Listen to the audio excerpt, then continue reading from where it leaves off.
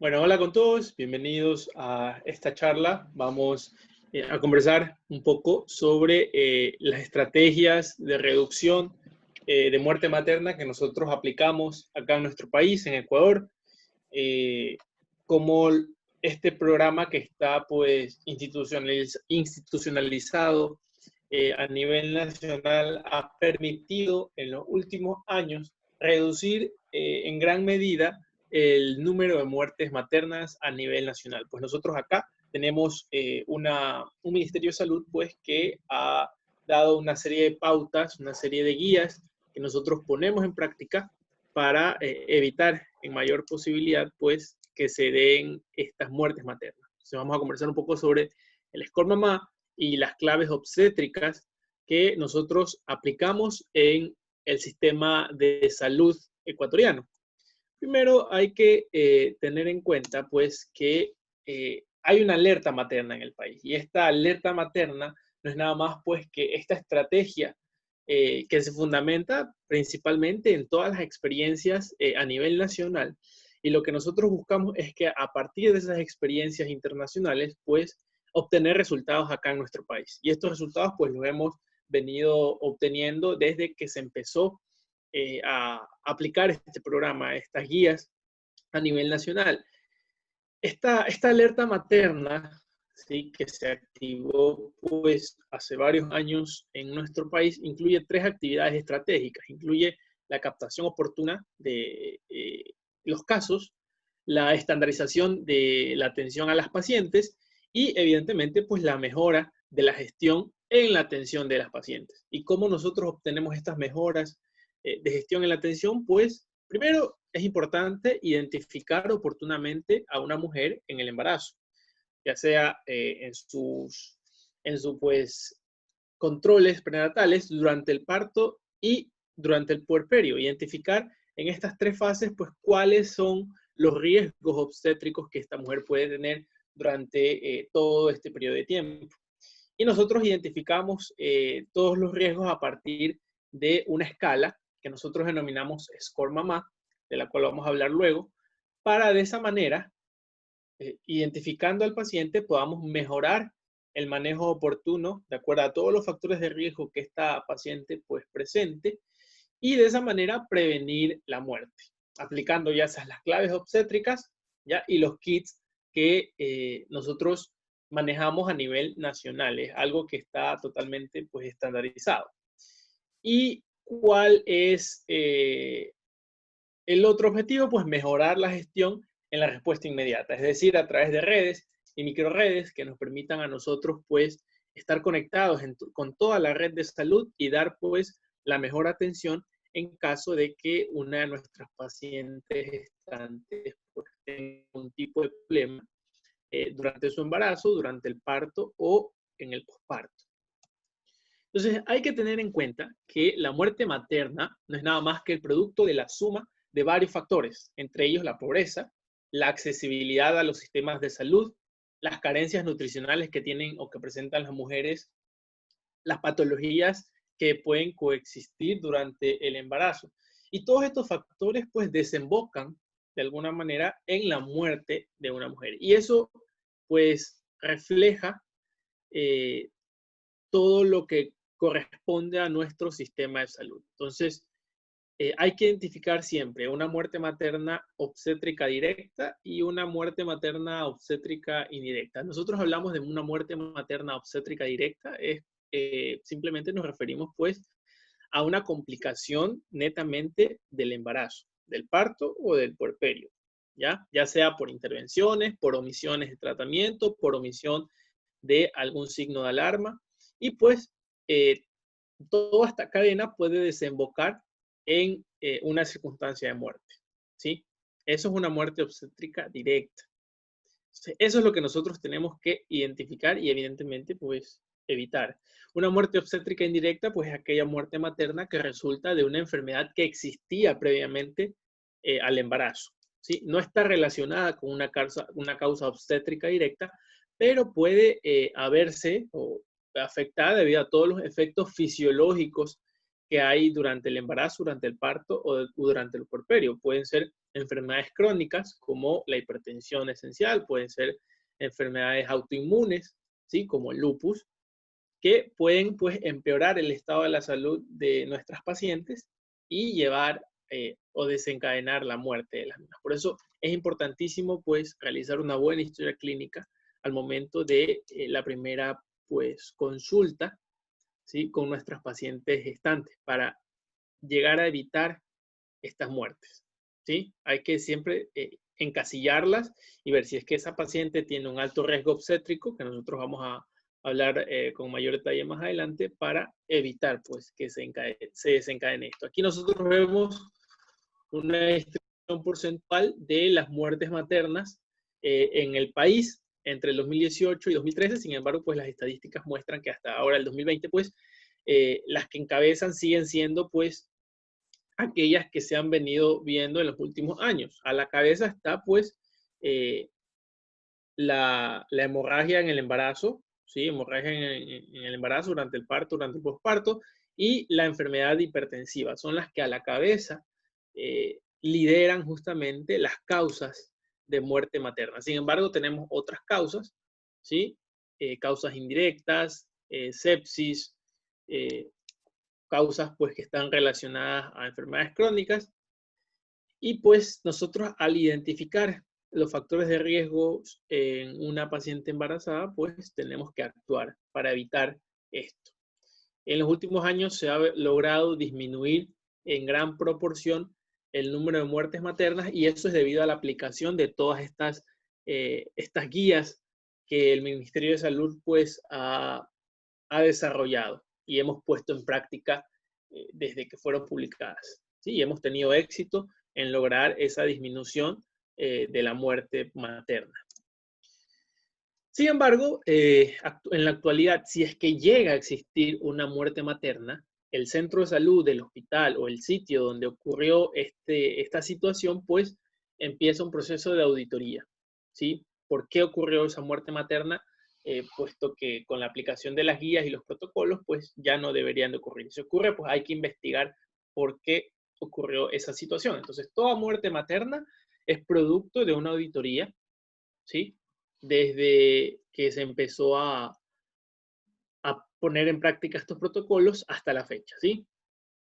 Y pues esta metodología se pone en práctica de acuerdo al protocolo de Londres, que dice que se tienen que auditar todo establecimiento de salud donde fue atendida la paciente. Es decir, que si una paciente ya fallece en un hospital donde yo laboro, pero esa paciente viene referida de otro hospital, pues la auditoría se hace desde donde inició esa atención, ¿sí? ¿De dónde llegó esa paciente?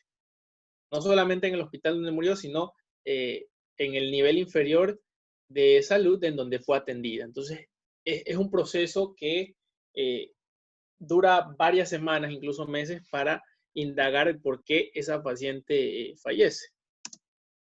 Entonces nosotros, para evitar todo eso, tenemos pues esta guía, una escala de puntuación que nos permite justamente pues encasillar el riesgo de la madre y así pues evitar una muerte materna. Entonces tenemos el score mamá. ¿Sí? El score mamá no es nada más pues que esta escala que nos permite de alguna manera identificar de manera temprana cuál es la morbilidad materna, ¿sí? Y bueno, el objetivo de esta escala es clasificar a las pacientes embarazadas según su gravedad y tomar las medidas pertinentes. Si nosotros hablamos, pues, del score mamá, nosotros tenemos que saber que el propósito es apoyar en la identificación del potencial riesgo para precisar una acción necesaria, y de esa manera, pues, este score mamá se convierte en una herramienta bastante objetiva y de un uso muy importante en la práctica, pues, diaria, cuando nosotros vemos pacientes embarazadas.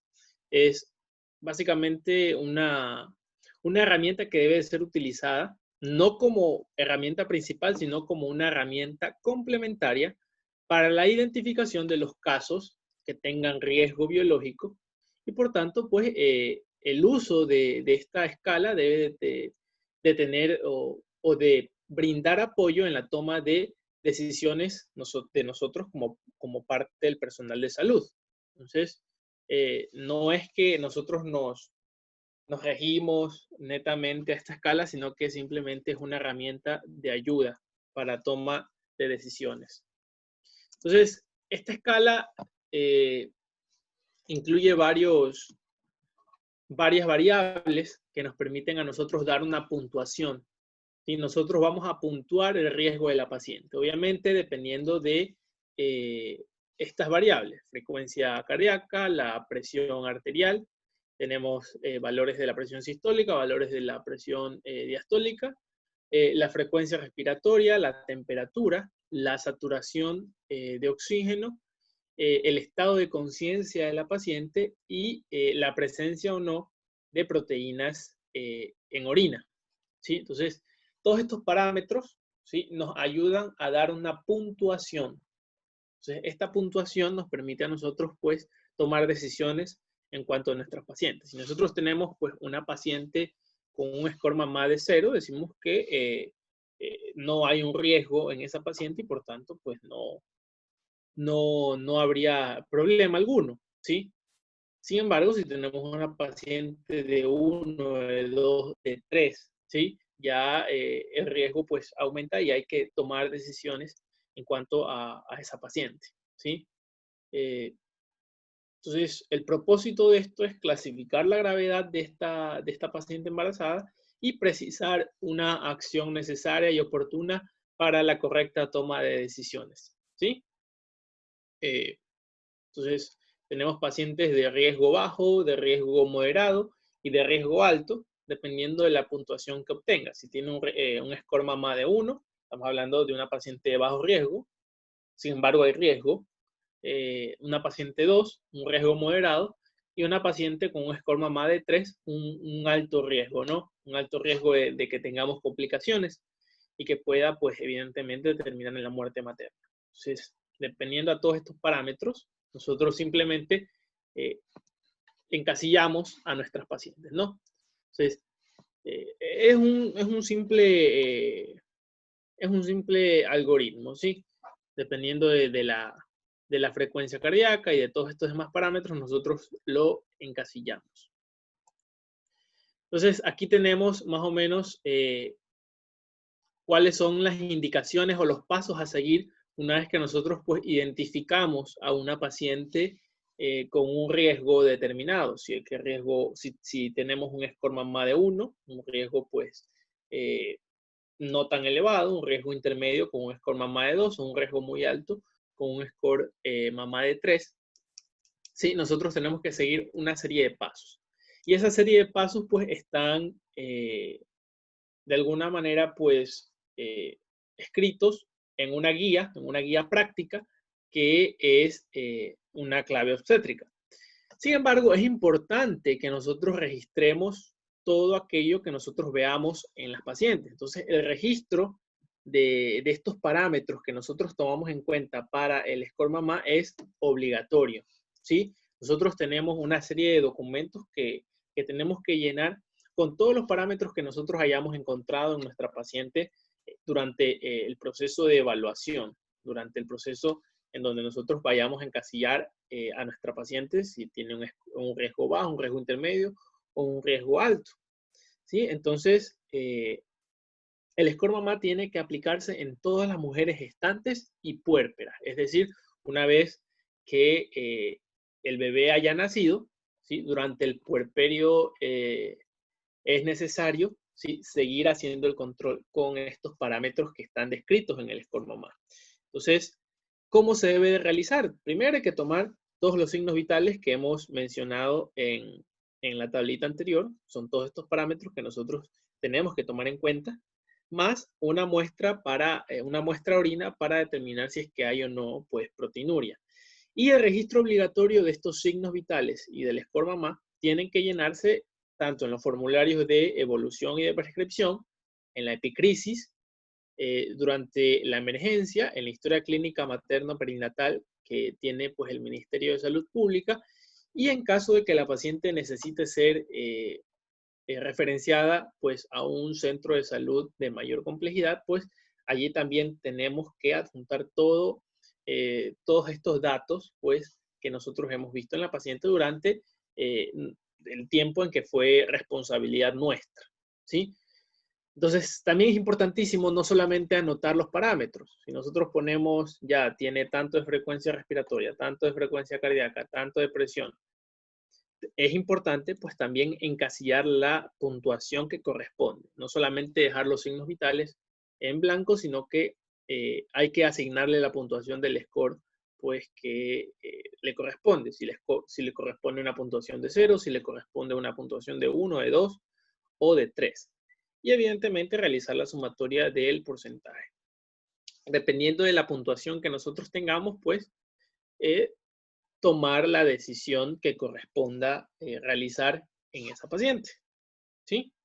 Entonces aquí tenemos las acciones a realizarse en los establecimientos de salud, dependiendo pues en qué nivel de complejidad nos encontremos, si estamos pues en un puesto de salud de tipo A, tipo B o de atención prehospitalaria, ¿sí?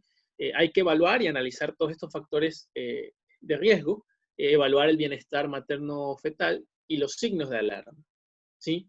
Entonces, hay que aplicar el score mamá si nosotros tenemos una paciente pues que está en nuestra unidad hospitalaria, en nuestra unidad de salud, pues hay que aplicar el score mamá en una paciente gestante cada 4 horas y registrarlo. Hay que reevaluar constantemente los signos vitales y estar pendientes de los signos de alarma que la paciente presente.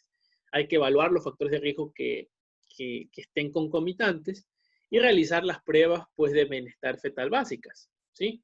Doppler fetal, si es que no contamos en nuestra unidad de salud con un Doppler fetal, bueno, con una cámara final que nos ayude a determinar pues si es que hay riesgo o no para el producto, ¿sí? Del embarazo.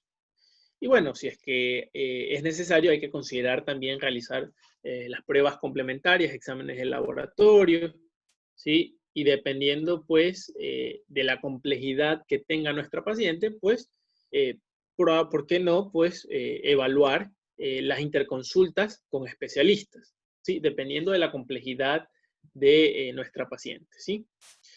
Eso pues en caso de que tengamos un score mamá con puntaje 1. Si tenemos un score mamá pues con puntaje 2, con puntaje 3 o con puntaje 4, pues hay que aplicar el score mamá cada hora. Si en un primer score mamá nosotros tenemos un score de 2, de 3, de 4, hay que estar constantemente vigilando a esa paciente, ¿sí?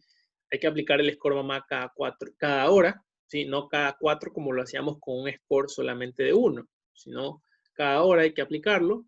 Hay que estar constantemente atentos a los signos de alarma, hay que realizar todas las pruebas de bienestar fetal pues, para evitar pues, la muerte del feto. Si es necesario, pues hay que estar pendientes de todo el proceso de transferencia de la paciente en caso de no poder tener resolución, ¿sí? Y evidentemente, si nosotros ya tenemos un score elevado, tenemos que, dependiendo de la característica de la paciente, pues activar la clave que corresponda, ya sea una clave azul, ya sea una clave roja o una clave amarilla, dependiendo pues del caso que tengamos en el momento, ¿sí?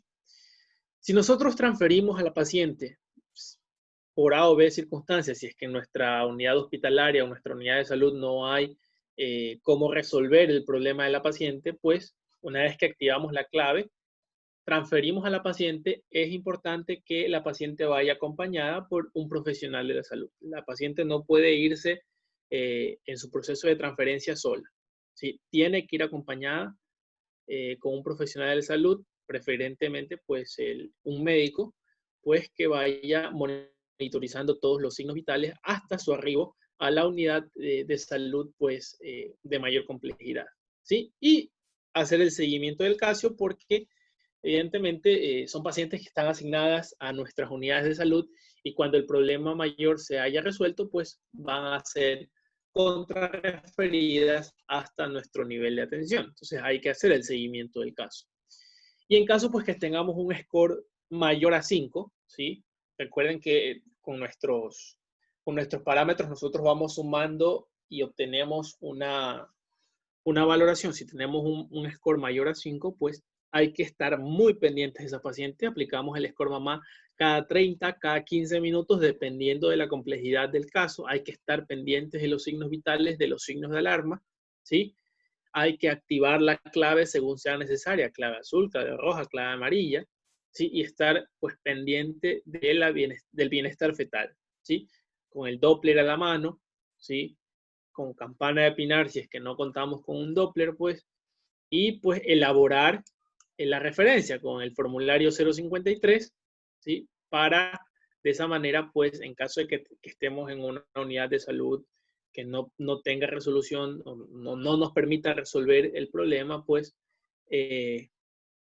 transferir a esa paciente, ¿sí? Activar una cadena de llamadas comunicándonos constantemente con el establecimiento de salud que nos va a recibir con la paciente, pues, para que el caso sea resuelto con el menor tiempo posible, ¿sí? Y evidentemente, pues, hay que realizar el seguimiento del caso.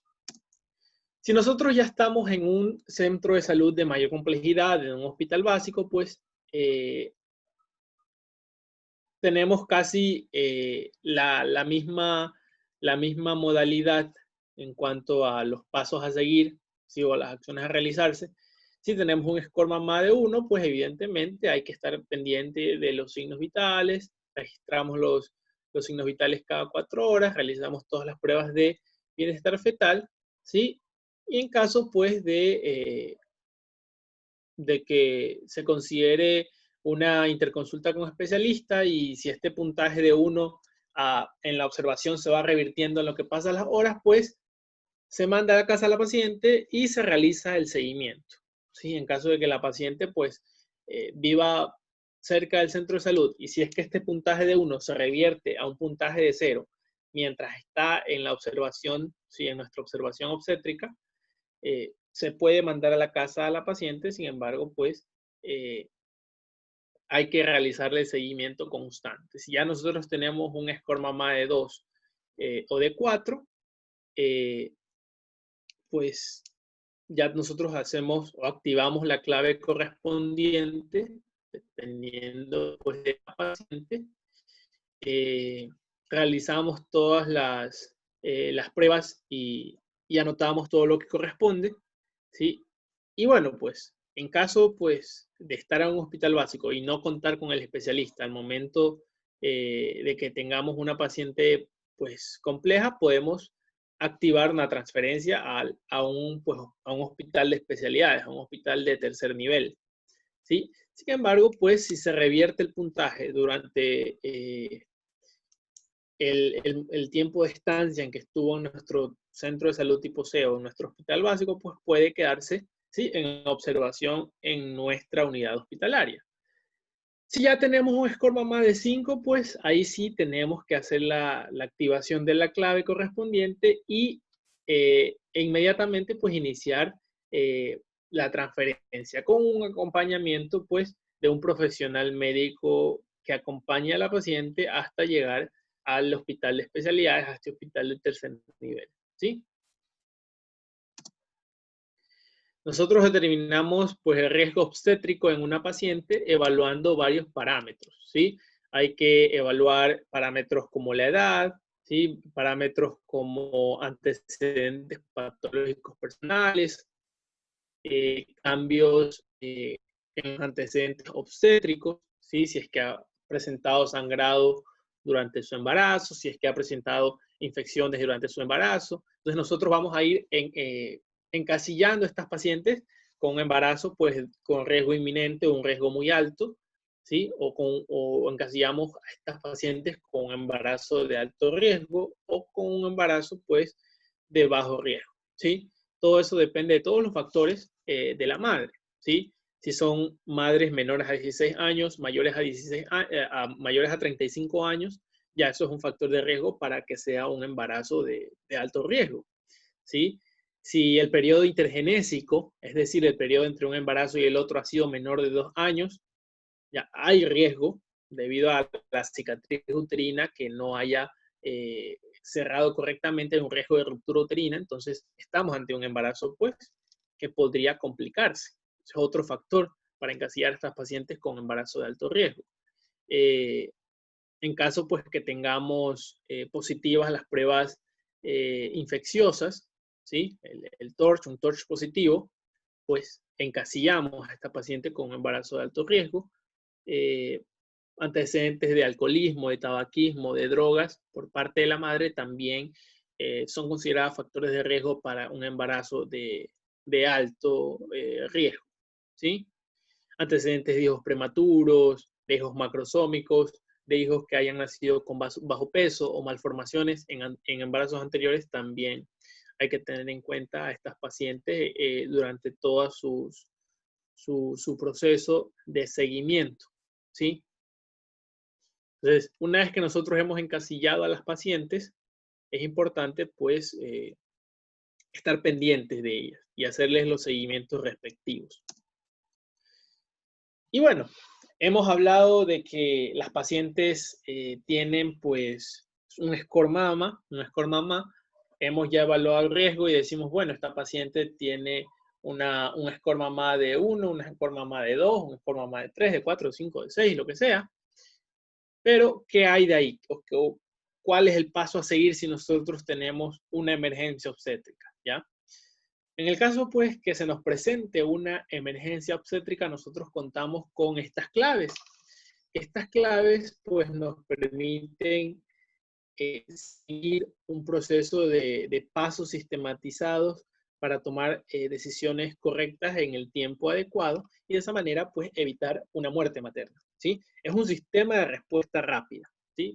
Una clave obstétrica es un sistema de respuesta rápida que están formados o conformados, pues, por profesionales de la salud capacitados, ¿sí? Porque nosotros, al estar, pues, en una unidad de ginecobstetricia, tenemos que conocer las claves, tenemos que conocer cuáles son, pues, los participantes de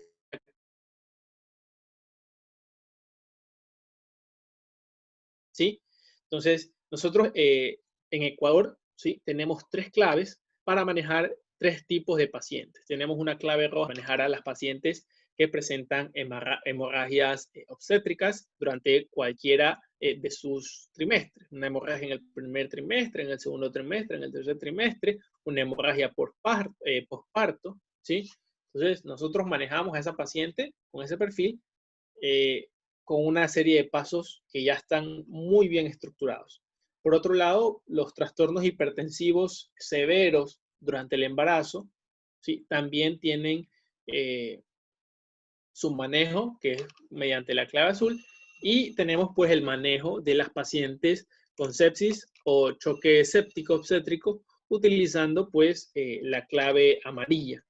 Entonces aquí la activación de la clave, ¿sí? Se realiza por cualquier profesional, ¿sí? Si nosotros tenemos una paciente embarazada que está pues teniendo deterioro clínico, pues se puede activar la clave y no solamente o no necesariamente tiene que ser un especialista en ginecobstetricia quien debe de activar la clave. La clave puede ser activada por un médico general, puede ser activada por un médico residente, puede ser activada por un interno de medicina, puede ser activada por una enfermera, ¿sí?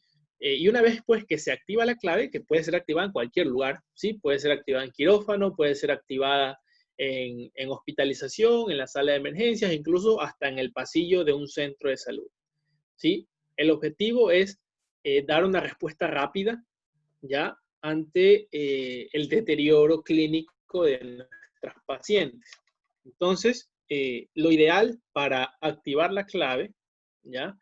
Es que se debe de contar mínimo con 2 personas, aunque lo ideal para poder activar esta clave obstétrica es la presencia de 4 personas. Sin embargo, si no contamos con ese número, pues, de profesionales al momento de activar la clave, con 2 personas podemos hacerlo, ¿sí? O sea, una vez que hemos activado la clave, cada miembro tiene funciones específicas y eso lo vamos a conversar con nuestros compañeros a medida que vamos hablando de cada una de ellas.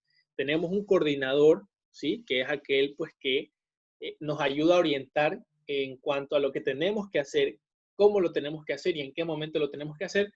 Tenemos a los asistentes 1 y 2, ¿sí? El asistente 1 que se ubica a la cabeza del paciente, mientras que el asistente 2 se ubica enfrente al coordinador a la altura pues, del útero de la paciente. Y tenemos un circulante, ¿sí? Que es el que permite pues, flexibilizar todo este proceso de la clave. Entonces, es importante saber cuáles son las funciones de cada uno de ellos porque en cualquier momento a nosotros nos tocará, ¿sí? Ya sea ser coordinador, asistente o circulante, dependiendo pues de la circunstancia en la que nos encontremos en un momento dado. Pues bien, ahora nuestros amigos van a continuar hablando sobre cada una de esas claves. Muy buenas tardes, gracias por la excelente explicación. Ahora vamos a empezar a hablar sobre la clave roja. Pero antes de hablar sobre la clave roja, quiero dejar en claro un punto muy importante, que todo esto de las claves, no solo la roja, sino la azul, la amarilla, todos estos se tienen que enfatizar que es un trabajo en equipo. ¿Y esto qué quiere decir? Que es un grupo de personas trabajando de manera coordinada en la ejecución de un proyecto. Quiere decir que esto no es una suma de aportaciones individuales. No quiere decir que cada uno realiza una aportación sin coordinación con el resto. Es decir, que este trabajo en equipo, cada miembro está especializado y es responsable de un área del proyecto. Que todos los miembros deben cumplir su función para lograr el éxito del proyecto y que el equipo responde del resultado final. ¿Ya? Una vez aclarado esto, podemos hablar sobre las claves rojas, que son el manejo de las hemorragias obstétricas en los establecimientos de primero, segundo y tercer nivel de atención. Siguiente, por favor.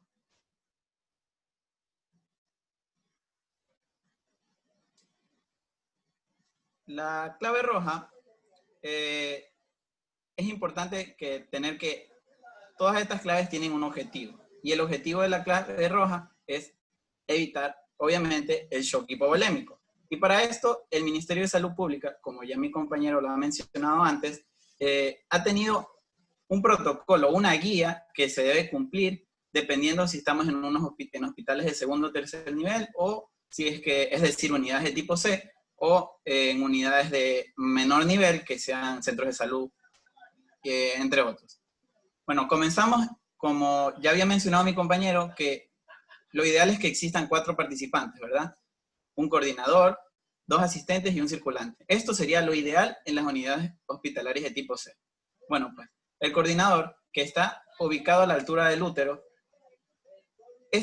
puede ser cualquier persona, ¿ya? Pero lo ideal sería que sea el médico tratante en el momento. Una vez activada la clave, el coordinador tiene la obligación de dirigir al resto. Es decir, no quiere decir que uno le da una orden así tipo mandatoria, sino que siempre se va a necesitar alguien que dirija al resto, porque como mencioné, esto es un trabajo en equipo. Quiere decir que no es una aportación individualizada de cada uno, sino que tienen que trabajar todos de manera coordinada. Por eso existe el coordinador. Este coordinador va a activar la clave roja, va a dar las directrices del equipo y en esencia tiene que ser, bueno, lo ideal sería que sea el médico tratante, debido a que él debería poder determinar rápidamente la causa del choque hemorrágico. Si es podemos tener diferentes directrices dependiendo del periodo del embarazo que se encuentra la paciente. Si es en primer trimestre, pues puede ser un aborto, otro tipo de complicaciones como un embarazo ectópico, ruptura de embarazo ectópico o una enfermedad trofoblástica, que quiere decir la mola. Si estamos hablando de un embarazo de segundo o tercer trimestre, pues puede ser las placentas previas, abruptos placentarios, vasa previa, entre otros. Y las hemorragias postpartos, que incluyen las 4 T, en las cuales está el tono, que en el 80% de las causas tenemos la atonía uterina, el trauma, que en su mayoría son por las pacientes que hayan tenido cicatriz uterina previa y podrían llegar a realizar una ruptura uterina, el tejido, el cual es los restos placentarios que se pueden haber retenido dentro de la cavidad uterina, es decir, placenta, membrana, o en otras palabras, un alumbramiento incompleto. Y la trombina, que quiere decir que pueden ser alteraciones de coagulación persistentes, es decir, pacientes que ya hayan tenido enfermedades de base como hemofilia, deficiencia del factor von Willebrand, o algún otro tipo de enfermedad antecedentes familiares de coagulopatía. También podrían ser otros pacientes que tienen patologías de base a los cuales se están obligados a estar en tratamientos con anticoagulantes. Bien, este coordinador va a tomar la decisión temprana de remisión o de asumir el caso de acuerdo al nivel de atención. Quiere decir que si se necesita una derivación, como ya lo mencionó mi compañero, pues es en este momento en el que se tiene que decidir. Aparte de esto, es necesario que el coordinador ayude con la evacuación de la vejiga y desde la sonda Foley, debido a que él está a la altura uterina del paciente. También tiene que ordenar el manejo y la aplicación de los medicamentos necesarios. Por esto es que refería que en la posibilidad, lo ideal sería que el coordinador sea el médico tratante, y también podría hablar con los familiares sobre la severidad del caso, pero bueno, esto debería ser posterior a la estabilización del paciente, propiamente dicho. El asistente 1, que está ubicado en la cabecera del paciente, como ya se había mencionado, bueno, pues por estar en esta posición es precisamente para poder suministrar oxígeno suplementario entre un 35 y 50% con una mascarilla a 10 litros por minuto. Si la paciente está embarazada con más de 20 semanas, hay que verificar la posición, con desviación uterina a la izquierda. También tiene que anotar los eventos, es decir, verificar los tiempos, tomar la presión arterial, el pulso con oximetría, entre otras cosas, y reevaluar el score MAMA, que es muy importante para clasificar la severidad del cuadro. Tiene que verificar la temperatura, cubrir al paciente con las mantas y para evitar la hipotermia, muy, muy importante, y colaborar con el coordinador con los procedimientos si es que se requiere. Es decir, como ya lo había mencionado, estos no son aporte individualizado, sino que tiene que ser un proceso coordinado, debido a que estas actividades no se pueden supraponer entre sí. Bueno, el circulante va más que todo a listar el kit del código rojo. Es decir, que si un paciente ya viene referido de otra institución, el kit del código rojo ya tiene que estar listo, ya tiene que estar preparado para la activación de la clave roja en la pronta llegada del paciente. También hay que marcar los tubos de las muestras sanguíneas para garantizar que éstas sean recogidas y lleguen al laboratorio. Si es que es necesario y el coordinador lo dispone, pues el circulante será el encargado de llamar a más ayuda, es decir, más gente para que puedan ayudar en el caso, o asistir en todo lo que el coordinador necesite, si es que éste lo requiera, ¿no? Bueno, en cuyo caso, como ya lo había mencionado, el coordinador de preferencia tendría que ser el médico, el asistente 1 podría ser un anestesiólogo, un residente o un obstetra, el asistente 2 que podría ser la enfermera o incluso el interno, y un circulante que podría ser la auxiliar de enfermería. Siguiente, por favor.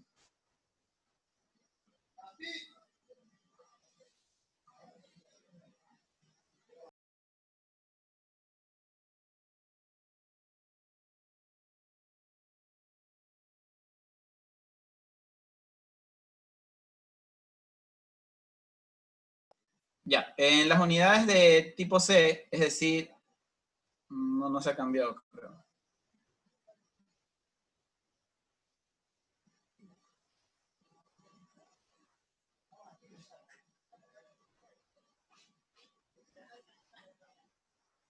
Ya, a ver, en las unidades de tipo A, y es decir, los puestos de salud y las ubicaciones prehospitalarias, o el DER, que quiere decir el Diagnostique, Estabilice y Refiera, porque son instituciones de menor nivel, es donde se tiene que principalmente diagnosticar, estabilizar y referir al paciente según sea la necesidad. Bueno, hay una similitud, ¿no? con la anterior, pero bueno, en este caso tenemos únicamente, lo ideal serían hasta 3, pero si se pueden tener más más participantes sería mejor, pues el coordinador básicamente tiene la misma función aquí, activa la clave roja, busca el tipo de causas según el momento del embarazo, si es que ya es posparto, toma las decisiones adecuadas y que se encuentra a nivel de la altura uterina. El asistente que está ubicado a un lado en el brazo del paciente, pues ahí aquí hay una diferencia, y el que está ubicado en el brazo del paciente va a ser el que va a suministrar el oxígeno, es decir, este es el que va a realizar la función que ya realizaba el asistente que en un hospital de mayor nivel se ubicaría en la cabecera. Y, por supuesto, el circulante, que es el que va a listar el kit y, bueno, va a disponer de lo que necesite el coordinador según se refiere al caso. En este caso, el coordinador, pues, puede ser que no haya un médico especialista en la unidad A o B, pues podría también ser el obstetra, el asistente 1 podría ser la enfermera o el interno, el circulante el auxiliar de enfermería, y bueno. Siguiente, por favor.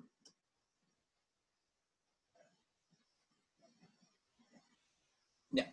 Aquí tenemos una lista que es muy importante, que es el kit del código rojo, que van a estar en las unidades tipo C y los hospitales. Es decir, que este kit va a necesitar tener toda esta larga lista para asegurar la estabilización del paciente. Es decir, una bolsa de drenaje, porque como ya lo mencioné, hay que colocar una sonda Foley con la funda recolectora. Necesita también tener condones masculinos, sutura trenzada de seda si es que se necesita un balón de compresión en los casos de atonía uterina, en los cuales se pueden utilizar los balones de Bacri o ciertas otras formas de estabilizar al paciente. Necesitamos también una pinza de aro. En ciertos casos, cuando la hemorragia no se detiene, siempre se preferiría tener esta pinza de aro por si se llegara a necesitar pinzar las arterias uterinas que se encuentran a los lados del útero.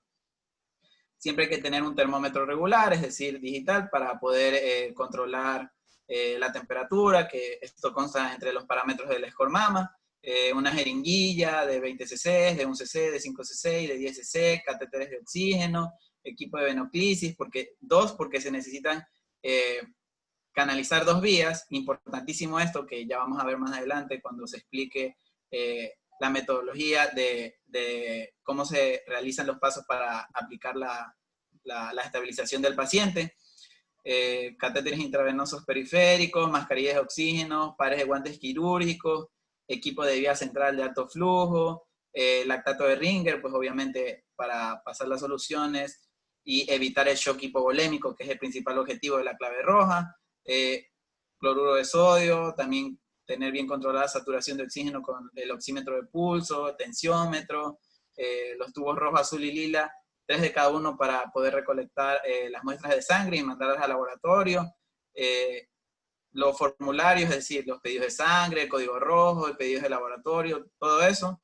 Equipo de sutura del cuello uterino si es que se llegara a necesitar, y otros medicamentos como oxitocina, misoprostol y metil ergometrina. Siguiente, por favor. Muy bien, como ya lo había mencionado, lo importante el objetivo en la clave roja es evitar el shock hipovolémico. ¿Pero qué es este shock hipovolémico? Bueno, es un síndrome clínico agudo caracterizado por una hipoperfusión tisular que se produce cuando existe una disminución crítica de la volemia eficaz. Que esta se va a producir a través de las diferentes causas que ya había mencionado, ya sean los abortos en el primer trimestre y, bueno, entre otras que ya voy a hablar más adelante. La clínica básicamente se trata en taquicardia. Todos estos pacientes se encuentran muy taquicárdicos, alteración del nivel de conciencia, importantísimo, hipotensión y oliguria. Siguiente, por favor. Bien, como ya lo había mencionado, en los pasos de la clave roja, pues es importantísimo identificar la causa, porque esto podría determinar una acción u otra. Podría ser una hemorragia interna, como un embarazo ectópico roto, o podría ser una hemorragia externa, como puede ser los abortos, enfermedad gestacional de trofoblasto, es decir, la mola, placenta previa, desprendimientos prematuros de placenta, rotura uterina, atonía uterina, y entre otros. Siguiente, por favor. Ya. Vamos a hablar sobre algunas de las causas. Como ya lo dije, en el primer trimestre, pues tenemos el aborto, que se define como la interrupción del embarazo antes de las 22 semanas, o con un peso fetal menor de 500 gramos. ¿Ya? Este aborto se puede clasificar dependiendo de cómo se dé, si es que es un aborto inevitable. Es decir, estas son definiciones según la situación del aborto. El aborto inevitable, pues es que hay una ruptura de membranas con pérdida de líquido amniótico y con cuello uterino dilatado. El aborto completo, que es la eliminación total del contenido uterino, es decir, no va a quedar nada dentro. Un aborto incompleto, que es una eliminación parcial del contenido uterino, es decir, quedan restos dentro del contenido uterino. Un aborto retenido o diferido, que se va a realizar su diagnóstico mediante una ecografía, importantísimo. O un aborto séptico, que es una complicación infecciosa grave del aborto. Siguiente, por favor. Tenemos también el embarazo ectópico, que es una causa del primer trimestre, pues esto se debe a una implantación del óvulo fecundado fuera de la cavidad uterina y que puede ser complicado cuando se rompe o vaya a originar alguna hemorragia. La clínica va a ser un dolor de moderada intensidad en uno de los anexos, que se incrementa la movilización del cervix sin sangrado evidente o en gotas y con presencia de masa anexial. El tamaño del útero generalmente no cambia, obviamente, porque si la implantación del óvulo fecundado es fuera de la cavidad uterina, pues no va a cambiar su tamaño, y el orificio cervical va a permanecer cerrado, es decir, no se va a dilatar, obviamente, porque ni siquiera hay un cambio en el tamaño del útero. En casos complicados, a pesar de no presentar sangrado vaginal profuso, pues lo más notorio es la palidez marcada de piel y mucosa y signos peritoneales, es decir, los abdomen que no son depresibles, duros, abdomen en tabla, ese tipo de signos peritoneales, e incluso la hipotensión. Siguiente, por favor. Otra causa de hemorragia son las enfermedades trofoblastos, que son el conjunto de anormalidades proliferativas del trofoblasto gestacional, que puede ser de tipo benigno, que es más frecuente, o el maligno, que produce un marcador hormonal similar al de un embarazo. Es decir, las cifras van a estar elevadas, similares a la de un embarazo. Se va a caracterizar por un sangrado vaginal intermitente con presencia o no de vesículas como racimos de uvas. La altura uterina va a ser mayor a la cronológica, es decir, va a estar en desacuerdo, y la ausencia de partes fetales y latidos cardíacos no se va a encontrar porque no es propiamente dicho en sí un embarazo. El dolor no es común a menos que se trate de un aborto molar. Siguiente, por favor. La placenta previa, que ya se presenta en las causas del segundo trimestre, pues es una inserción anormal de la placenta en el segmento uterino inferior, pudiendo ocluir total o parcialmente el orificio cervical interno. Puede ser total, parcial o marginal, dependiendo de su localización, y clínicamente se va a caracterizar porque hay un sangrado rojo rutilante que puede iniciarse desde el segundo trimestre, como ya lo había mencionado, en escasa o en mayor cantidad, sin un dolor asociado y con un útero blando.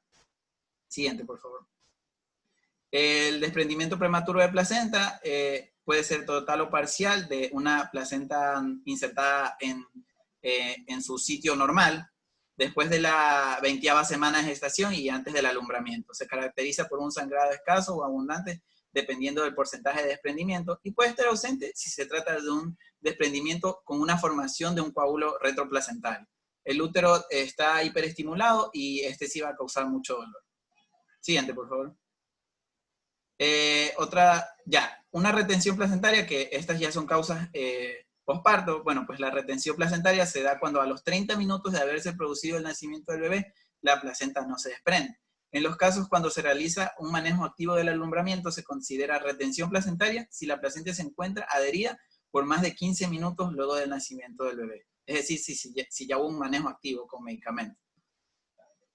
La atonía uterina, que es el 80% de los casos de las hemorragias posparto, pues en una complicación posparto que consiste en una relajación uterina con sangrado de moderada intensidad.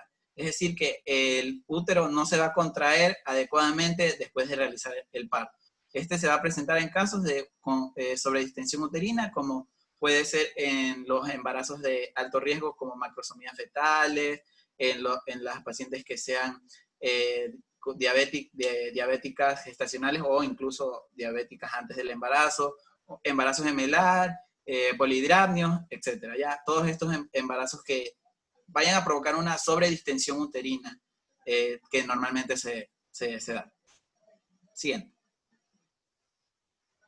Bueno, a continuación va a hablar mi compañero sobre las acciones a realizar sobre la clave roja de manera detallada. Muchas gracias. Bien, como previamente habían dicho mis compañeros, las acciones que se ejercen en las distintas claves son una especie de trabajo en equipo que jamás van a dar un resultado individual, sino que es un resultado global para el bienestar de la paciente que llega a la emergencia o en el lugar que se dé este tipo de desestabilizaciones de la paciente. Bien, una de las primeras acciones que debemos realizar en la clave roja es realizar un examen físico completo que incluya los signos vitales, así mismo como el nivel de conciencia que está manejando la paciente.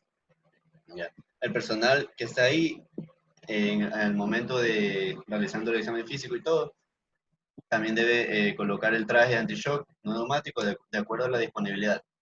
Recordemos que este tipo de trajes no siempre se disponen, es decir, no todos los centros de salud, sean de atención primaria, segundo nivel o tercer nivel, no siempre se disponen de este tipo de trajes.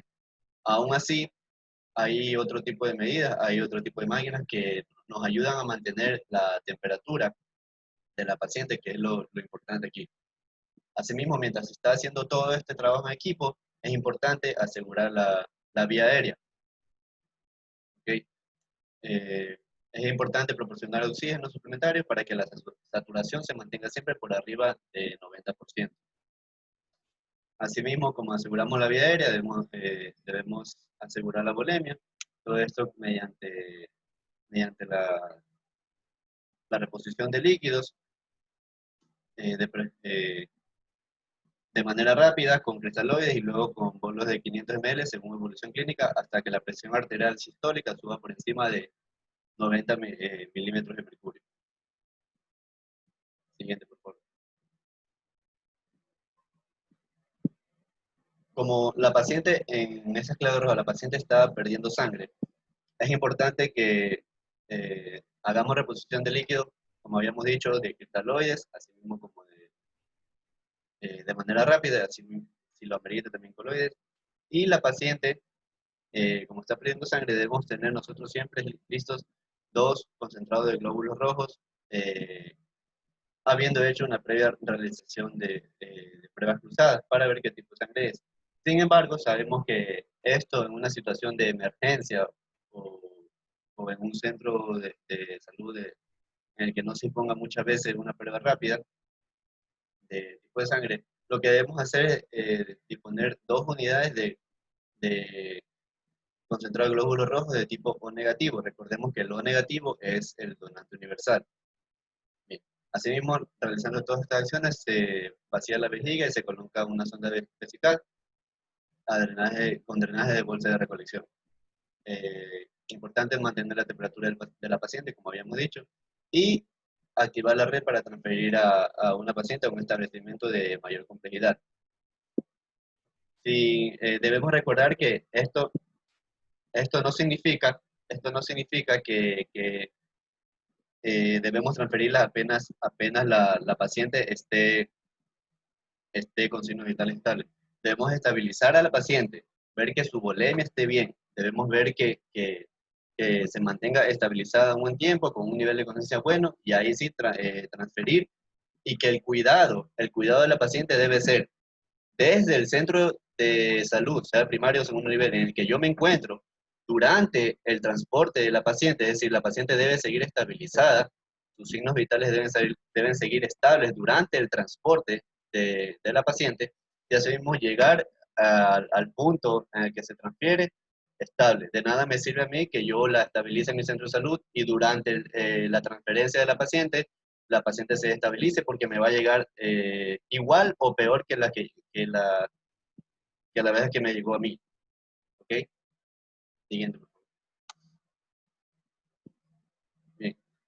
Asimismo, a todas estas acciones que estamos realizando se deben hacer exámenes de laboratorio, biometría hemática, pruebas cruzadas, como habíamos dicho, tiempos de coagulación, fibrinógeno, función renal y hepática, electrolitos y gasometría, es decir, toda la tanda de exámenes que me van a dar los signos de la paciente.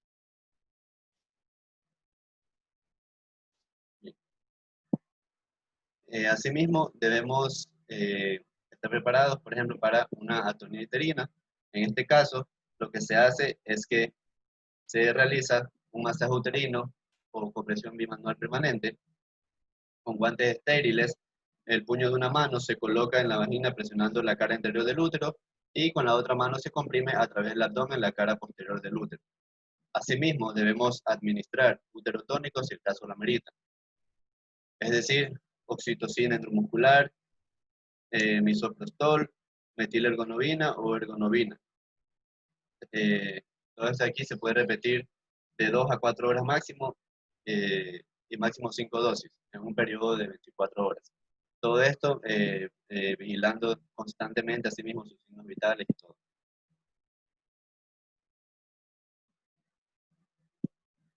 Bien, entonces, ¿qué hacemos cuando la causa de esto es un trauma? Debemos realizar la inspección visual de la cavidad, aplicar presión, debemos realizar el reparo de las lesiones, esto ya sería en quirófano, y en caso de no obtener resultados adecuados, debemos transferir a la realizar inversión uterina. Aquí, cuando se realiza la inversión uterina, no hay que colocar uterotónico, es importante recordar esto. No intentar remover la placenta y transferir a la paciente para resolución definitiva a un establecimiento de mayor complejidad, y como había dicho previamente, sin que la paciente se me estabilice, es decir, no debe desestabilizarse en ningún momento, ni antes, ni durante, ni al momento de llegar. La paciente debe mantenerse estable siempre. Y en caso de retención placentaria, asimismo hay que transferir a la paciente para una resolución definitiva. Siguiente, por favor.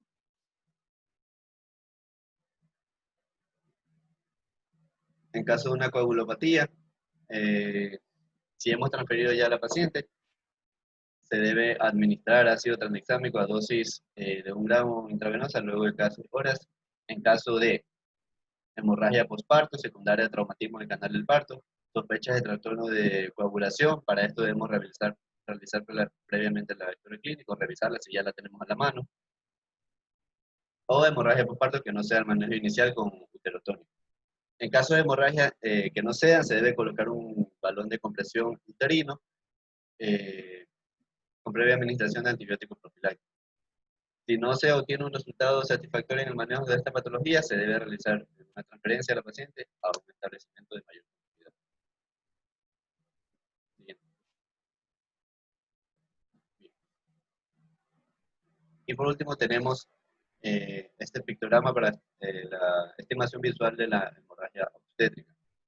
¿Para qué nos sirve conocer este pictograma? Es decir, todos estos objetos en los cuales se recoge líquido, es para saber qué tanto volumen de sangre ha perdido la paciente al momento de haber iniciado la hemorragia. Es decir, que si pierde unas toallas sanitarias manchadas, 30 ml, no involucra mayor problema a la paciente.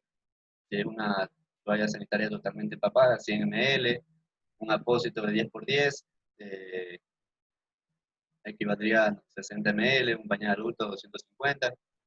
Y asimismo vamos viendo que el volumen es mayor de acuerdo al objeto que va llenando o manchando la paciente. Todo esto nos sirve para saber cuánto volumen debemos nosotros reponer, cuántos concentrados de glóbulos rojos, o si es necesario reponer glóbulos rojos concentrados, y qué tipo de acción voy a tomar yo al momento de, por ejemplo, de ingresar al quirófano a la paciente. Y así una serie de cambios que debo yo tomar al momento de saber cuánto ha perdido, cuánta sangre ha perdido la paciente. Gracias.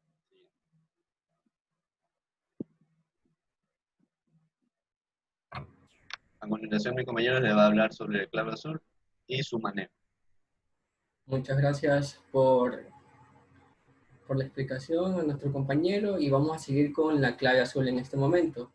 Hay que tener en cuenta que la clave azul dentro del score MAMA nos permite ver notoriamente lo que es el bienestar materno en este caso, ya que el monitoreo fetal y todo lo demás permite ver el bienestar fetal en otros puntos. Entonces, la clave azul, ¿qué nos permiten ver los manejos o las alteraciones causadas por los trastornos hipertensivos durante el embarazo, con criterio de severidad que puede estar en un establecimiento de primero, segundo y tercer grado de nivel de atención, en los cuales debemos estar preparados por los diferentes tipos de anomalías que se nos pueden presentar. Siguiente, por favor.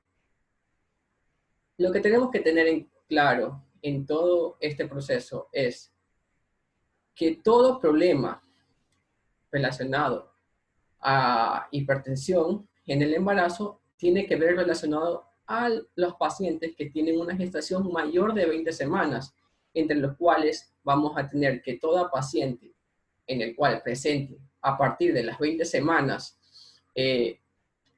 presiones arteriales, tanto sistólica y o diastólica, mayor de 120 en la sistólica o mayor de 90 en la diastólica, va a ser un criterio de hipertensión.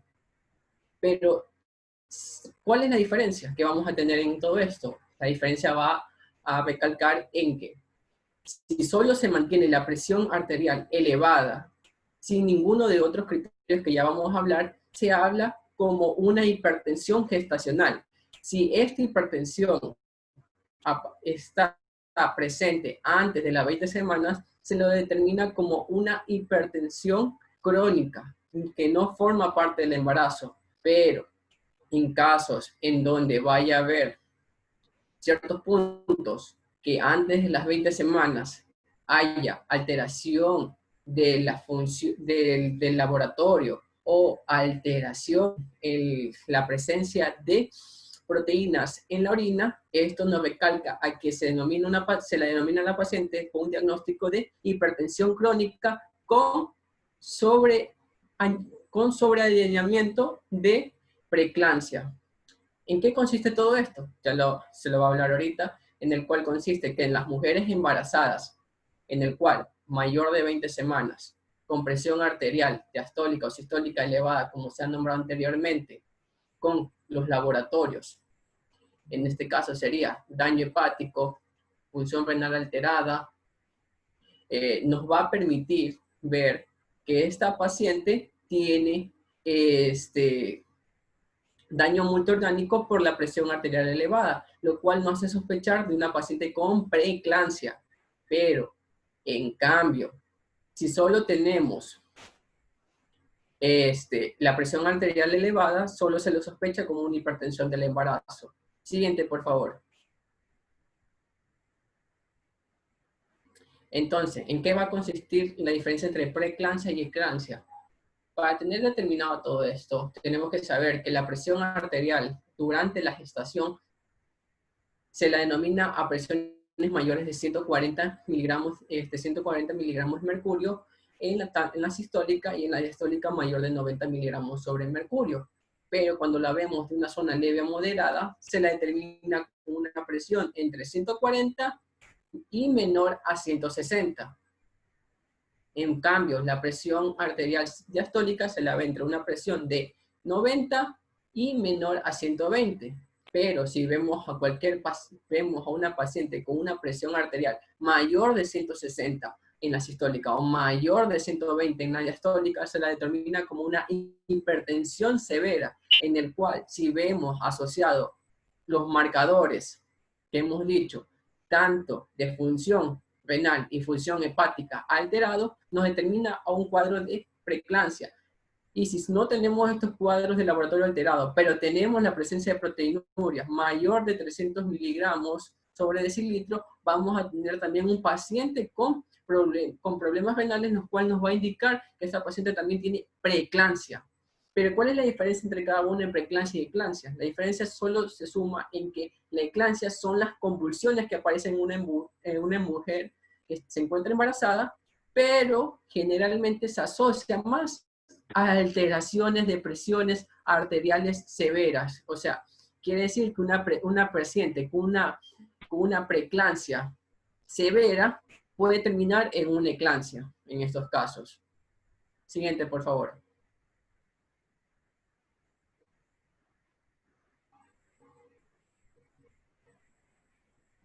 Siguiente.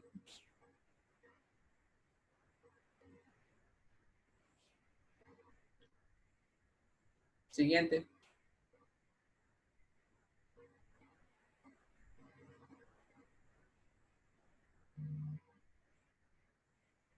Bueno, los criterios de gravedad y afectación de órgano blanco de impreeclampsia, vamos a ver cómo se ha hablado. La presión arterial, que se ha mantenido. Cuando ustedes tienen presión arterial mayor de 160 en la sistólica o en la diastólica mayor de 120 o 110, se la determina como severa. ¿Qué es lo que tenemos que ver? La parte del laboratorio. Si vemos la función hepática, las enzimas hepáticas aumentadas, un dolor severo en el cuadrante superior a nivel del hipogastrio, que no se dé comunicación, que no se explica otro diagnóstico, sospechar en una paciente con arterial elevada. La función renal, en este caso, la urea en la creatinina. Recordemos que en el embarazo los valores de creatinina normales serían entre 0.4 y 0.7, dado que en una paciente que aún no es gestante, o sea, antes de la concepción, los valores normales son de 0.7 a 1.2 nanogramos sobre decilitro, en miligramos sobre decilitro. En este caso, si vemos una paciente con una creatinina mayor de 0.7, se tiene que tener en cuenta que hay un daño renal en estos casos. La integridad pulmonar, ¿por qué se da y no se atribuyen estas causas? Dado a que normalmente se puede dar a otros tipos de alteraciones, dado como cuadros inmunológicos, como cuadros por alteración hepática, cuadros cardiológicos. En estos casos donde hay pérdida de proteína, cada uno de ellos, en los cuales disminuye la presión oncótica, permitiendo o alteración de la presión hidrostática, fomentando el edema pulmonar. La integridad neurológica en este caso sería asociada ya a los pacientes con hipertensión severa, en el cual ya va a haber una afectación visual, el paciente va a tener una visión borrosa, escotomas, fotofobia, o parte neurológica, hiperreflexias, cefalea, persistente, agitación psicomotriz, alteraciones sensoriales, confusiones, etcétera, de cada uno de ellos. Entonces, ¿por qué nos debe servir esto aquí? Solo nos sirve para determinar y ver el pronóstico de estas pacientes. Pero hay que tener en claro en algo.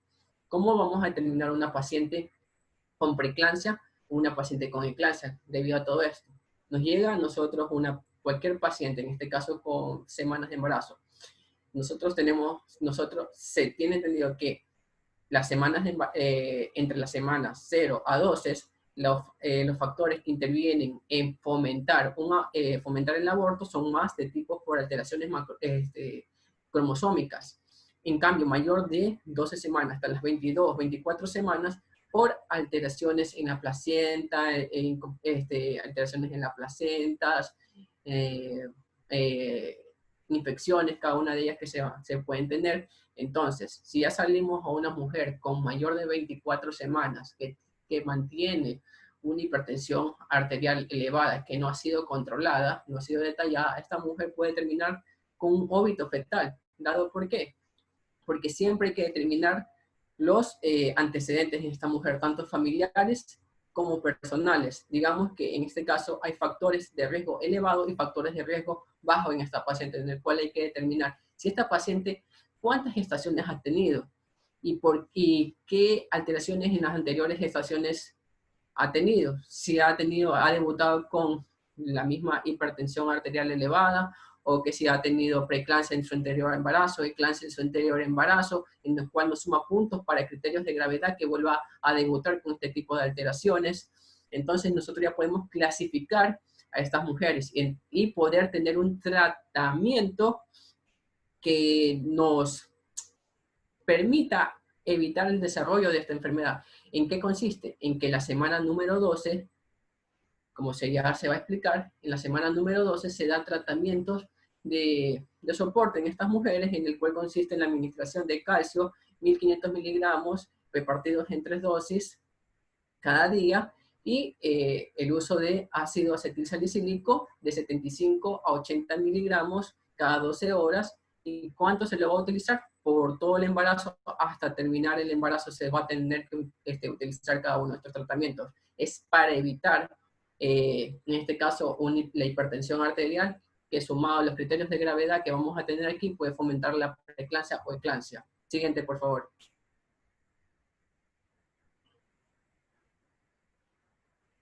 Entonces, Ya vamos a ver entonces el sistema de clasificación del síndrome de Hell.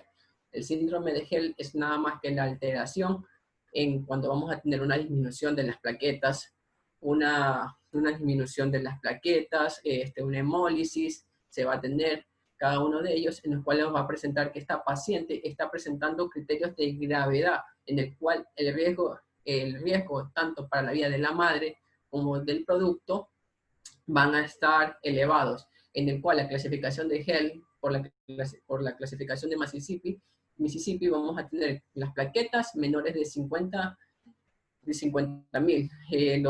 Las enzimas hepáticas van a estar aumentadas en este caso, lo cual nos va a predisponer daño hepático. La LDL aumentada en estos casos. En el segundo criterio vamos a tener las plaquetas entre 50.000 y 100.000. Las enzimas hepáticas mayor de 70 unidades internacionales sobre litro y la LDL va a estar mayor o igual a 600 unidades internacionales sobre litro.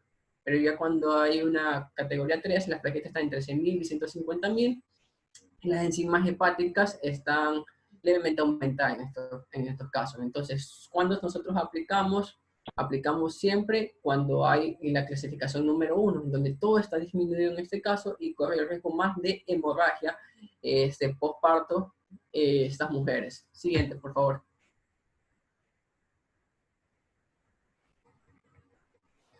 Bueno, el protocolo de manejo de clave azul. Primero, como siempre hay que tener en cuenta, siempre todo el trabajo para completar esto es en equipo. Lo que primero significa que hay que identificar a la paciente con los signos de la gravedad, por eso hay que tomar los signos vitales. Lo segundo es, si la paciente se encuentra convulsionando, hay que realizar las medidas de protección y permeabilidad de la vía aérea, o sea, el ABC en estos casos de la convulsión, en el cual hay que mantener la vía aérea permeable, la respiración y la frecuencia respiratoria como hay que mantenerla. La 3 es la activación de la clave azul y conforme al equipo de acuerdo a la disponibilidad. En un cuarto punto hay que realizar un examen físico completo que incluya los signos vitales completos, especialmente la presión arterial, porque esto es lo que se está alterando. Realizar una evaluación de la vitalidad fetal con auscultación o Doppler que se recomiende. ¿Por qué? Porque esto nos va a determinar si el niño está en un sufrimiento fetal, en este caso sería de tipo crónico, o no, ya que hay que recordar que la frecuencia cardíaca fetal en estos niños, lo normal es entre 120 hasta 160 aproximadamente. Mayor de 100, menor de 100 y mayor de 180 ya predisponen componentes para gravedad y para alteración en el bebé. Asegurar la vía aérea, en el cual hay que proporcionar oxígeno suplementario para mejorar la saturación en caso de que las mujeres se encuentren con un estado de hipoxemia menor del 90%, o en el caso de que haya secreciones a nivel de la zona laringofaringea, secretarlas. El séptimo punto, hay que asegurar 2 vías venosas con catéter número 16, 18, 20. Siempre en cada una de estas claves hay que determinar 2 tipos de accesos venosos, y una para la hidratación en esta parte de las pacientes, y segundo para la administración de los medicamentos que se vayan a predisponer en estos casos. También colocar un catéter urinario con una bolsa de recolección, esto también es útil. ¿Por qué? Porque esto nos permite comprobar en estos casos la presencia de proteinuria, de proteínas a nivel urinario. Entonces, ¿en qué va a consistir todo eso? Como ya explicó anteriormente mi compañero, consiste que tenemos el score MAMA, esta paciente. Hemos tenido los criterios de leve, moderado y severo. Entonces, si un paciente te diga con criterios de 0 a realizar todo el examen físico, no realizarás en este caso nada, solo le indicarás los signos de alarma que pueden promover la alteración en esta mujer y que tienen que volver normalmente al establecimiento de salud. Lo segundo sería que si una mujer está con una puntuación de 1, una puntuación de 2, hay que realizarle un chequeo cada 4 horas. Si tiene una puntuación de 3 a 4, cada hora, y si tiene una puntuación mayor de 5, cada 30 minutos. Entonces, aquí lo primero que hay que hacer es corregir en estas mujeres cada una de las alteraciones que tenemos. ¿Y en qué consiste cada uno de ellos? Es nada más que, si se puede corregir en este establecimiento, tratar de disminuir ese puntaje lo menor posible que sea. ¿Qué quiere decir? Que si nosotros estamos con una puntuación mayor de 5, revisarle a esa mujer, darle la medicación o el tratamiento adecuado, y en momentos que ya vamos realizando, el puntaje nos va a ir disminuyendo, por lo cual la intervención ya no va a ser continua, sino va a ser en determinados intervalos de tiempo. Entonces, en el protocolo de manejo que vamos a tener ahora, vamos a tener lo primero. En el caso de que una mujer te llegue convulsionando, lo importante es una dosis de impregnación y una dosis de mantenimiento de sulfato de magnesio. Pero hay que tener en cuenta que esto no hay que excederse con la dosis, ya que en estos pacientes que presentan una hiperreflexia, al suministrar sulfato de magnesio lo que va a provocar son hiporreflexias. Por eso hay que tener en cuenta este tipo de toxicidad también del sulfato de magnesio. Entonces, una mujer que presenta una preeclampsia, la dosis de impregnación va a ser siempre de 4 gramos intravenosos cada 20 minutos.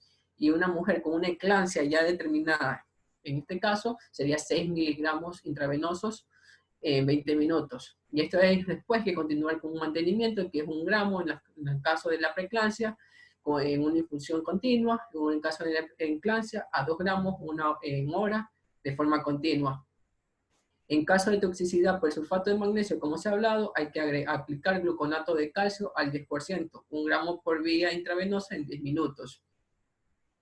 Lo otro que también podemos hacer es iniciar una terapia antihipertensiva si la presión arterial es mayor de 160 en la sistólica o mayor de 110 en la diastólica, con antagonistas del calcio, en este caso como el nifedipino, 10 miligramos vía oral cada 20 o 30 minutos según la respuesta. En estos casos serían unas mujeres con un score MAMO entre un puntaje de 2 a 3 que se la puede establecer y se la puede mandar también a la casa en el caso de que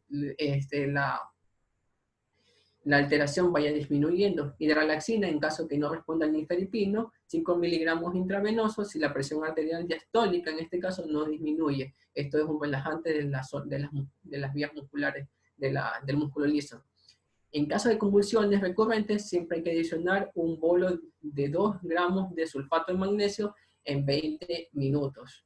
Es lo importante. Aumentar la infusión a 2 a 3 gramos cada hora, y no se debe exceder de la administración de 8 gramos de sulfato de magnesio sumado a los bolos adicionales a la dosis de impregnación en caso de persistencia de convulsiones. ¿Por qué? Porque si sobrepasamos esto podemos mantener una toxicidad. Si posterior al bolo de sulfato de magnesio persisten las convulsiones, administrar diazepam de 5 a 10 miligramos intravenoso cada 5 a 10 minutos a una velocidad menor a 5 miligramos por minuto, y la dosis máxima es de 30 miligramos. Porque esto también deprima el centro respiratorio. Administrar la maduración fetal si es un embarazo entre las 24 y 34 semanas. Los primeros 6 días, en este caso se va a utilizar la hidrocortisona o la betametasona, pero hay que tener en cuenta que los fetos entre una semana de 24 a 27 se encuentran en un estado de inmadurez, pero entre la semana 27 a 28 ya se puede realizar las maniobras del óvulo. ¿Por qué? Porque el feto ya no está en una etapa de desarrollo, sino está en una etapa de crecimiento en estos casos. O sea, es un feto más desarrollado. Siguiente, por favor.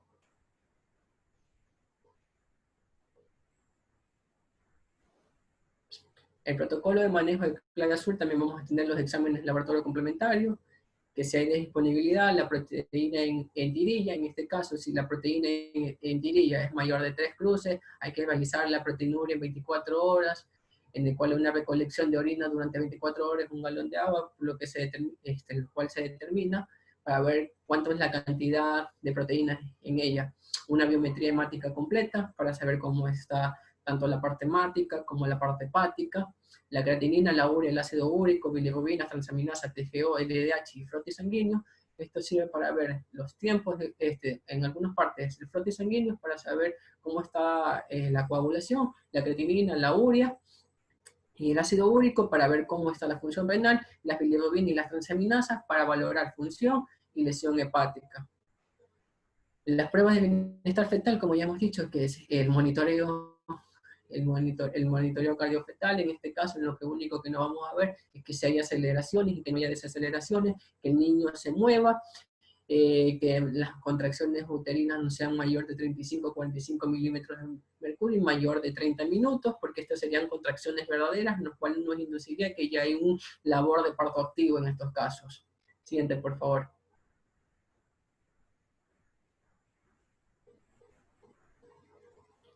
Siguiente. Entonces, ¿cómo vamos a hacer la preparación y la administración del sulfato de magnesio en pacientes con preeclampsia? O sea, ¿qué es lo que hay que hacer? Entonces, como siempre, como ya hemos determinado anteriormente, siempre vamos a tener un coordinador, un asistente 1, un asistente 2 y un circulante. Entonces, siempre el coordinador es el que va a activar el código azul y dar las directrices al equipo. Va a hacer una evaluación diagnóstica. En este caso, el coordinador es lo que va a llenar la 051. En el caso de registrar todos los antecedentes y todo lo que le está pasando, todo lo que ha pasado en la mujer durante las semanas de gestación. Y en caso de no poder o no tener el equipo necesario para poder restablecer en esta paciente, en este caso de salud, se hace una referencia llenando la 053 en estos casos. El asistente número 1 siempre es el que está ubicado en la cabecera del paciente, es el que anota los eventos, evalúa el estado de conciencia y alteración del paciente, monitorea las funciones vitales, frecuencia respiratoria, frecuencia cardíaca, o los reflejos osteotendinosos y la diuresis urinaria. También colabora en coordinar la realización de los puntajes, mantiene la vía aérea permeable y realiza las órdenes laboratorios para ver tanto las funciones, lesiones a nivel renal y hepático. El asistente número 2, que está ubicado al lado del paciente, es el que toma la presión arterial, el pulso, alcanza el kick azul que le va a dar el circulante en este caso, en el cual le va a dar las soluciones o los medicamentos que se van a predisponer, ya sean el sulfato de magnesio, la hidralazina, o en este caso la nifedipina, dependiendo de la alteración o el evento que se esté transcurriendo en estos casos. El circulante, en el cambio, no va a traer, va a listar el kick por el código azul que va a estar activo en este caso, es el que va a preparar todo para que ya esté listo para promover el tratamiento. Entonces ya tenemos que el coordinador siempre va a ser un médico general o familiar, en este caso siempre un ginecólogo, el especialista, un asistente. Uno va a ser el anestesiólogo o el residente o el obstetra. El asistente número 2, el enfermero, el interno, y por último el circulante, que va a ser el auxiliar de enfermería. Siguiente, por favor. Entonces, ¿qué vamos a usar en la clave azul? Lo que contiene el kick azul. Va a tener un catéter venoso periférico, 2 unidades, como hemos hablado. Un catéter intravenoso periférico número 14, 16 y 18, 2 unidades de cada uno en estos casos. Una cánula de Gugden, tamaño 5, 6, 7, una unidad de cada uno. Los guantes quirúrgicos, número 6, 5, 7 o 7.5 y 4 unidades, dependiendo de la disponibilidad del médico tratante y los asistentes. Un catéter urinario ureteral, una unidad en el cual nos va a servir tanto para tomar la muestra y para promover el vaciamiento de la vejiga urinaria. Un frasco de muestra para orina, en este caso, una jeringuilla de 10 ml de 21, una jeringuilla 5 ml número 21 también, cada una 4 unidades, una mascarilla de oxígeno, un tensiómetro, un tubo tapa roja, celeste y lila para determinar el laboratorio que se va a realizar, y los formularios, los pedidos de sangre, el código azul, pedidos de laboratorio, y en este caso también tener lista la 051 o 053 en caso de una referencia. Los medicamentos que siempre se va a usar en estos casos es el sulfato de magnesio, el nifedipino, la hidralaxina, el gluconato de calcio en caso de intoxicación por sulfato de magnesio, y por último vamos a mantener el score. Siguiente, por favor. Muchas gracias. A continuación, mi compañero les va a hablar de clave amarilla. Bueno, para terminar nuestra charla, vamos a continuar con clave amarilla, que prácticamente la clave amarilla se resume en el manejo de sepsis y choque séptico, prácticamente el obstétrico, en los cuidados y establecimientos de primer, segundo y tercer nivel de atención. Entonces, la siguiente imagen, por favor.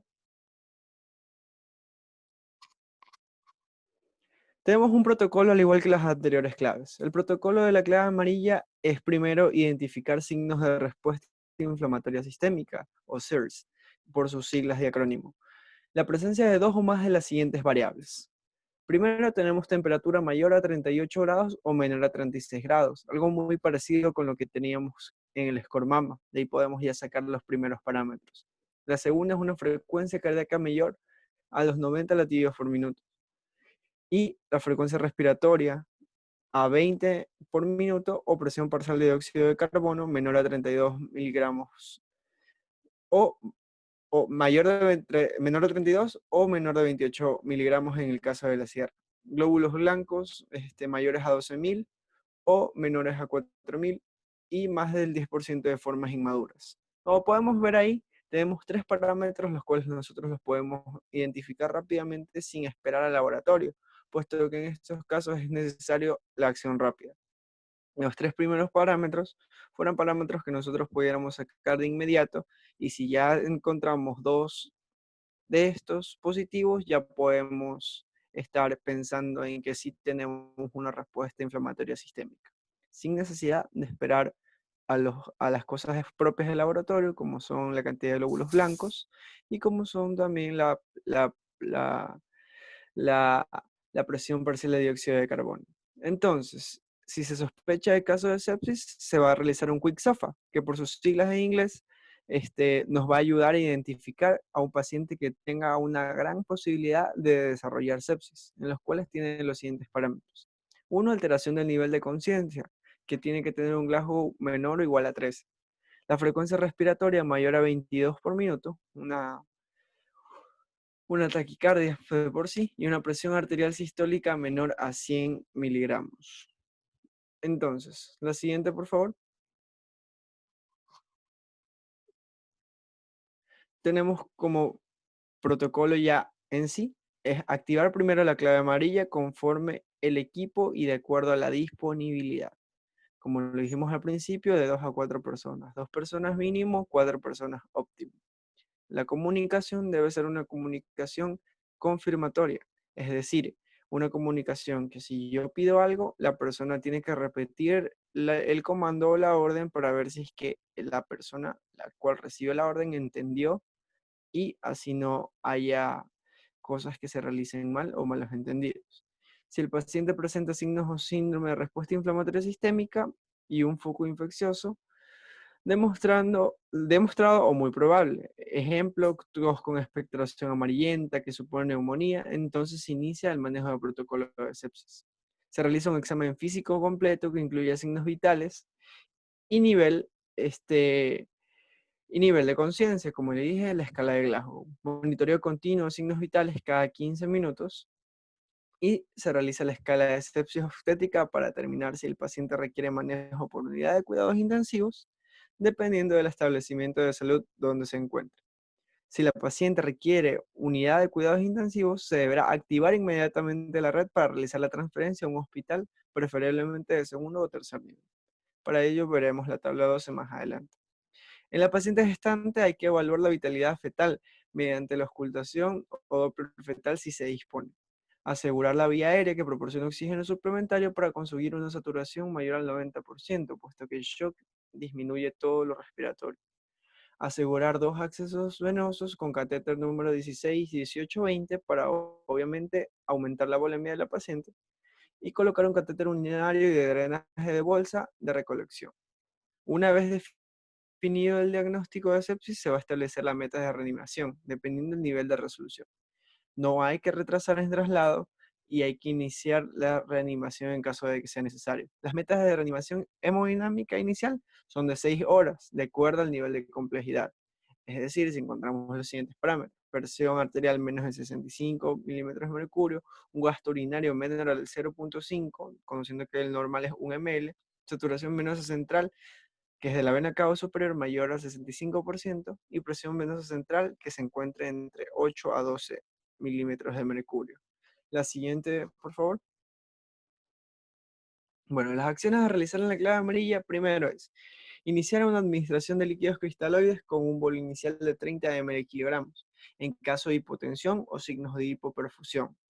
Lactato mayor a 2, piel marmoleada, llenado capilar lento que dure más de 2 segundos, confusión. Revalorar la respuesta hemodinámica cada 15 minutos, como se dijo anteriormente. Hay que administrar un protector gástrico, preferiblemente ranitidina, 50 miligramos IV cada 8 horas, u omeprazol, 40 miligramos IV cada 12 horas según la disponibilidad. Realizar exámenes de laboratorio de rutina, ya sea biometría hemática completa, contagio de plaquetas, TP, TTP, grupo sanguíneo, factor RH, lactato sérico para ver el nivel de inflamación, función renal y hepática para ver si la bulimia es la correcta y no vamos a tener un posible daño renal a futuro, glucemia de fibrinógeno, un grupo de hemocultivo, cultivos anaerobios, aerobios de tubos para saber el agente etiológico de nuestra sepsis, y un cultivo nasofaríngeo de secreción vaginal, que pueden ser otros lugares de infección, y una gasometría, por supuesto, arterial para ver la cantidad de gases que tenemos en ese momento. Siguiente, por favor. La hora dorada. Se conoce a esta hora dorada como la acción de la administración del antibiótico de amplio espectro en la primera hora de atención, sin la obtención de cultivos a retrasar su administración.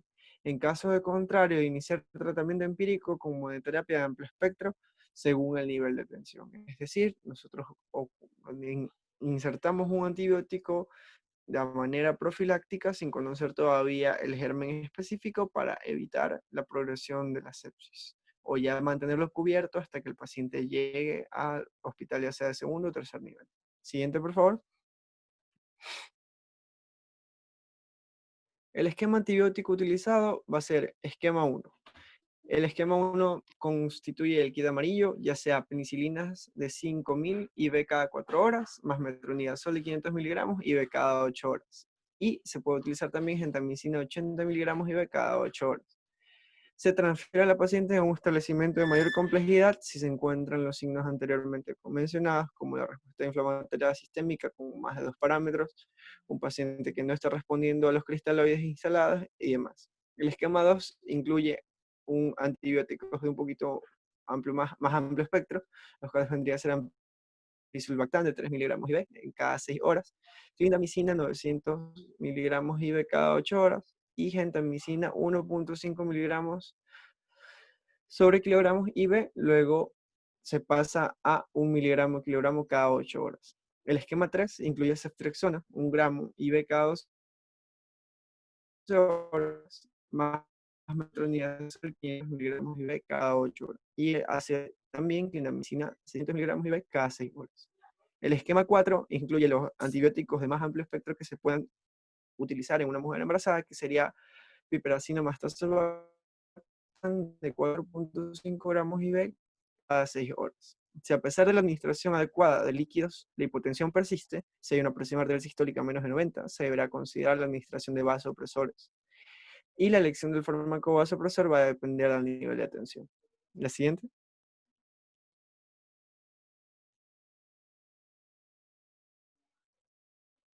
Con respecto al manejo del feto, tenemos que en el caso del escenario de una paciente crítica, se debe considerar la extracción del feto si es beneficioso para la madre y para el feto. La decisión sobre el tipo de procedimiento va a ser evaluado por el ginecólogo de mayor experiencia o médico tratante, con posterior consulta de la madre para la toma de decisión, dependiendo del estado materno, la edad gestacional y la viabilidad fetal. Riesgo-beneficio en resumen, para ver qué vidas se pueden salvar y evitar posibles complicaciones. Siguiente. Bueno, listo. Hemos terminado. Muchas gracias.